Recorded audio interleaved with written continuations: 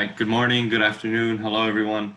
My name is Joaquin Ramos. I'm a current student in higher education, HED 510. And today's presentation will be on the benefits, challenges, and implications of studying abroad. So first of all, what is study abroad? In the simplest of definitions, studying abroad is basically someone who goes to a different country to learn, or who is learning or studying, hence the name. However, when you take into account what exactly a student is achieving, or even a faculty or a staff member, what they are achieving when they go abroad, the definition becomes a lot more broader. So according to Go Abroad, in a video presentation that they did, another definition you could use for studying abroad is going abroad with the intention of doing more than just sightseeing, right? So you think of the times when you plan a vacation, you go sightseeing, you go to theme parks, historic landmarks. So when you go to different countries to do more than just that, whether it's service or learning or research, all of that lands under study abroad. So first, I'd like to focus a little bit on the history of study abroad, where it started, and what the implications were for shaping modern day studying abroad. So the first recorded instance of a study abroad is in the year 1190, where Emo of Friesland actually traveled from Northern Holland to study at Oxford.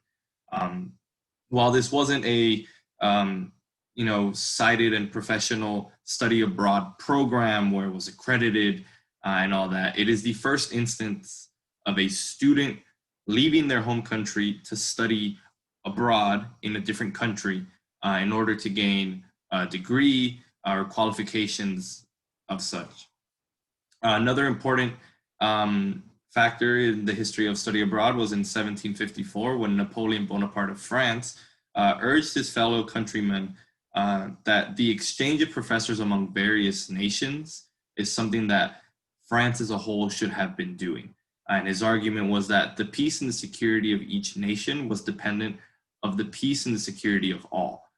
So Napoleon believed that by being able to share and exchange professors and making education more common and more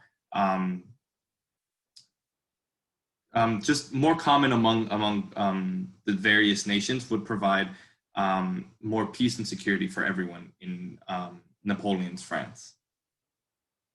In 1919, the Institute of International Education, or IIE, was established as the first credited study abroad program in the United States.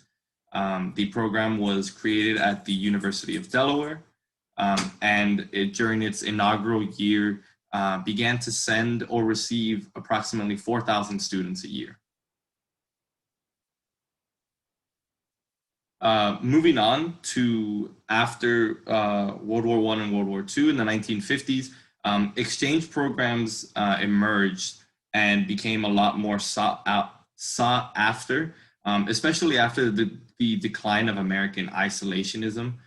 So, before World War I, World War II, U.S. really pretty much kept to itself. So after their involvement in the world wars and seeing how much the rest of the world had to offer, these exchange programs really began to blow up. So American students were more inclined to attend educational institutions outside of the United States. On top of that, the Council of International Educational Exchange, or CIEE, was established. This was created with political support for increasing world peace and intercultural understanding. As one might note, a big component of studying abroad is the cultural impact the student faces while they are in the program.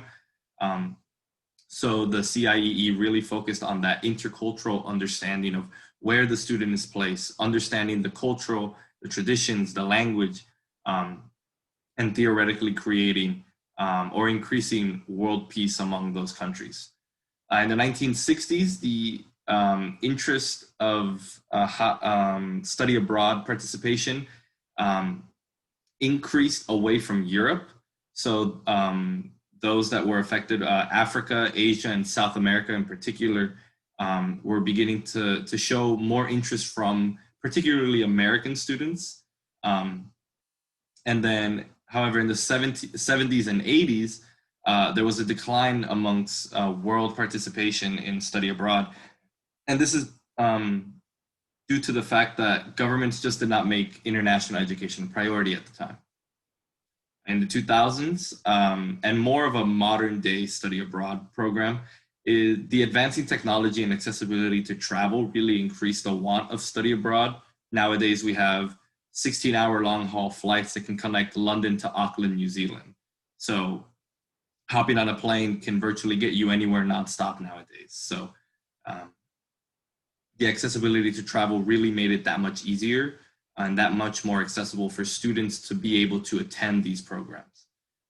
And finally, universities saw the opportunity to also send faculty and staff, not just students, to these study abroad programs. And therefore, it increased the university's connections as well as their network worldwide, making them an international higher education institution. Now we move on to present day study abroad and some of the trends that are found in modern day study abroad programs. The first component of a study abroad program is pretty much always why study abroad? Why would a student decide to leave their home institution to go international in order to seek, whether it's a semester, a year, or even an entire 4-year degree? Why would the student go abroad? First one is the ease of travel. As we spoke about earlier, the world is much more networked and interconnected than ever before. It's a lot easier for the student who lives maybe in Phoenix to be able to go travel in Madrid, as well as it makes it easier because politicians encourage their universities to seek new students from other countries. This is particularly true of schools in the United Kingdom. Another reason, as we mentioned before, is the cultural interaction and knowledge. Students are curious and want to learn about other cultures, other traditions, and the rest of the world. This has been found to lead to increased cultural capital, as well as the improved international relations between the countries.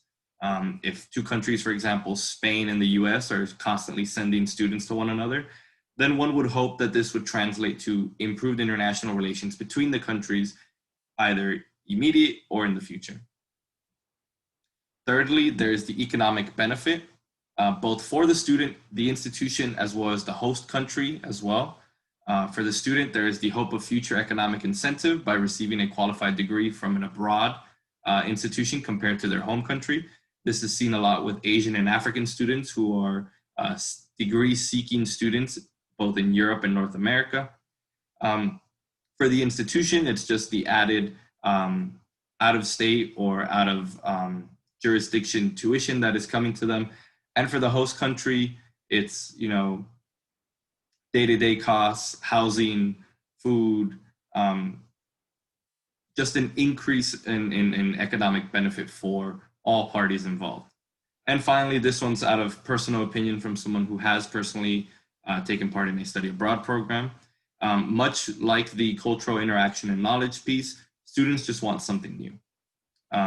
Personally, I spent 20 years growing up here in Arizona. I'm used to the desert. I'm used to 110-degree weather. I'm used to very little to no rain, and it doesn't get colder than the 40s if we're lucky.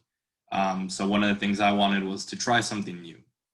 So I participated in a program in Madrid, and the first day I got there, it was 28 degrees Fahrenheit outside, and I was freezing cold. So it was definitely something new. It was something fun. And I'm sure that's a huge reason among study abroad students as to why they decide to leave their home institution. Here in this table, which was provided by the ICEE, the IIE, the Institute of International Education, shows a profile of US study abroad students, particularly focusing on the undergraduate level. So we can see broken down by freshmen, sophomore, junior, seniors, going back to the academic year of 2011, 2012. Excuse me. And you can see the trend that most of the highest percentage of students that participate are juniors and seniors, which is higher division or upperclassmen. However, since 2011, there has been an increased trend in first-year freshmen attending. Oddly enough, there has been a decline in sophomore and junior participation across the past 9 years now. And then a steady upward trend of more seniors participating. So it shows that while there is participation across the 4 levels, traditionally it's always been the upperclassmen who take part in study abroad sessions. Going along with more present day study abroad trends, the next trend would be the type of study abroad that is offered.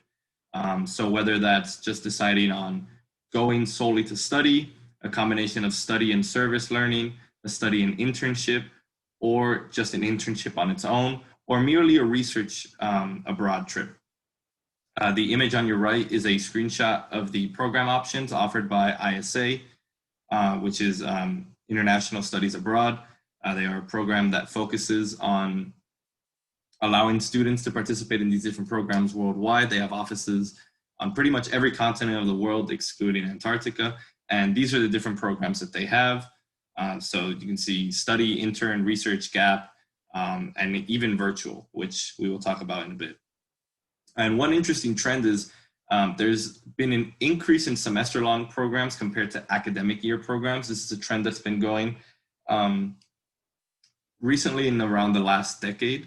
Students are primarily focusing on taking semester-long programs when compared to spending the entire academic year abroad. And finally, to close out present-day study abroad programs, we have the challenges of studying abroad. First one, and probably the most important, is affordability. So these programs, while they might line up with the tuition that the student is paying at their home institution, there are definitely added costs, which is transportation, housing, food, different options as such. I can tell you right off the bat that the program that I took part in was significantly more expensive than what I would be paying for tuition here at ASU. But luckily mine was able to land under certain scholarships and grants that I was able to get, but a vast majority of the students are not that fortunate. So when taking into account if a student really does want to study abroad, I believe the affordability is a huge component of it. Second component would be picking the right program. Now, this was a challenge that I had to face merely out of how scared I was to pick the wrong program. I wanted to be sure I was going for the right reasons. I wanted to strictly focus on my studies and not focus on an internship or a research program, as well as the location. The location was probably the most important component for me when picking a program. And I feel like that would be a consensus amongst study abroad students. So for me, Spanish was my first language. Spain naturally is where my family comes from. So Madrid was the easy choice. Finally, a very impactful challenge of studying abroad is the language and cultural barriers, especially if a student decides to do what is called a homestay, in which the student lives with a family during the program. So this brings its own set of challenges. So living with someone for the first time, language barriers, cultural shock. If it's completely different to what the student has known in their home institution or home country, basic cultural interactions and being aware of cultural differences, cultural traditions. And that doesn't just apply to where the abroad institution is. It also implies to when the student decides to travel within study abroad. So there's a huge, it's well known that students who participate in study abroad programs tend to travel to different countries, particularly across Europe. Because of the ease of travel in Europe, there's daily flights, trains, etc. So not just learning the language and the culture of the institution the student is in, but for those weekend or week-long excursion trips that they take, being able to adapt and learn a brand new culture overnight.